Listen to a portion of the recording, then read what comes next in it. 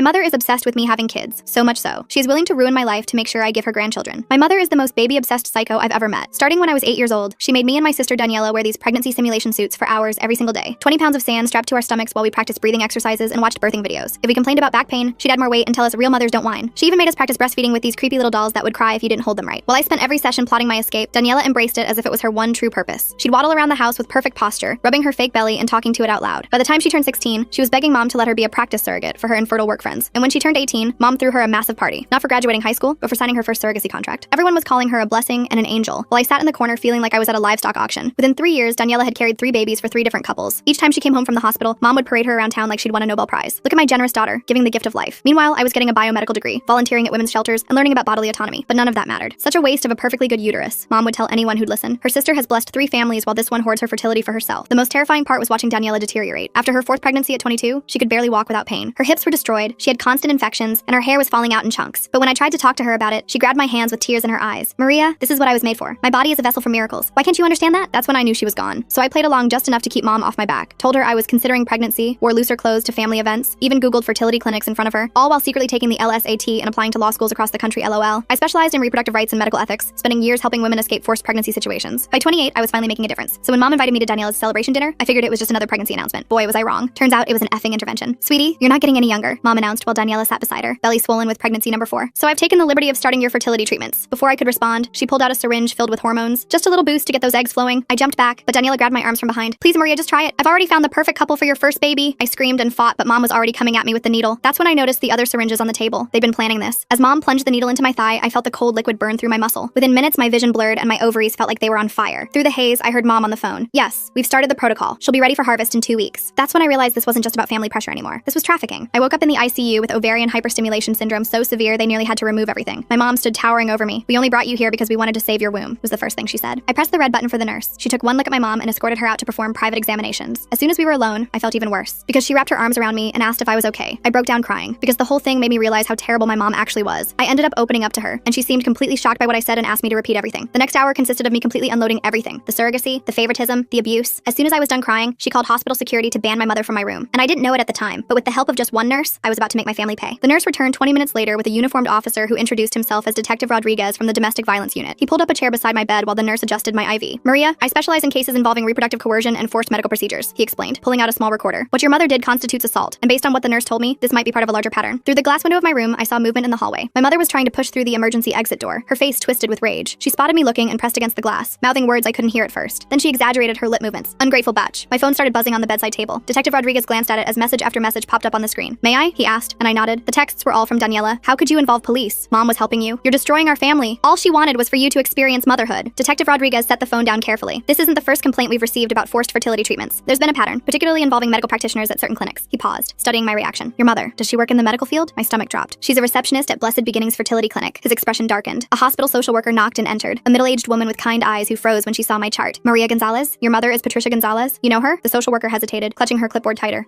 We've had some interactions. Let me get you some resources. She fumbled through her papers, clearly uncomfortable. Detective Rodriguez made notes while I described the intervention dinner. The social worker kept glancing at the door, and I noticed her hands shaking slightly as she handed me pamphlets about domestic violence resources. I need to check something, I said, reaching for my phone. I logged into my medical portal, scrolling through recent documents. There it was, dated 3 months ago, right after I'd casually mentioned to Mom that James and I were thinking about our future. My medical power of attorney had been changed to my mother. This isn't my signature, I said, showing them the document. The handwriting was similar to mine, but slanted differently, the way someone might write if they were tracing. Before anyone could respond, a man in an expensive suit strode into the room. I'm representing Patricia Gonzalez. I understand there's been a misunderstanding regarding my client's daughter's medical care. That was fast, Detective Rodriguez muttered. The lawyer smoothed his tie. Maria is clearly suffering from hormone-induced psychosis. Her mother was simply trying to help when Maria became violent. We're requesting an immediate psychiatric evaluation. I'm not psychotic, I protested. The hormones in your system suggest otherwise. Ovarian hyperstimulation can cause severe mood disturbances, paranoia, even hallucinations. The hallway suddenly filled with noise. Daniela appeared with 5 small children clinging to her maternity dress. Aunt Maria needs help, she announced loudly to anyone who would listen. She's been struggling with jealousy issues for years. Hospital security arrived, trying to maintain order as the children started crying. Daniela bounced the youngest on her hip while rubbing her pregnant belly with her free hand. I grabbed my phone to call my law firm, needing backup. The receptionist answered on the second ring. Oh, Maria, your mother called earlier. She explained about your situation. Don't worry. We're handling your caseload while you recover. What? No, I'm fine. I need to speak to... The partners think it's best if you focus on getting better. Your mother said the breakdown was quite severe. I hung up, my hands trembling. Through the window, I watched my mother pull something from her purse, showing it to her lawyer. Keys, my apartment keys, my car keys. She started reciting something, and though I couldn't hear her, I recognized the pattern. She was listing my work schedule. Monday, she has court at 9. Tuesday is client meetings until 6. Wednesday, she volunteers at the women's shelter. The lawyer nodded along, taking notes. James burst through the door, still in his work clothes. Maria, I got your text. But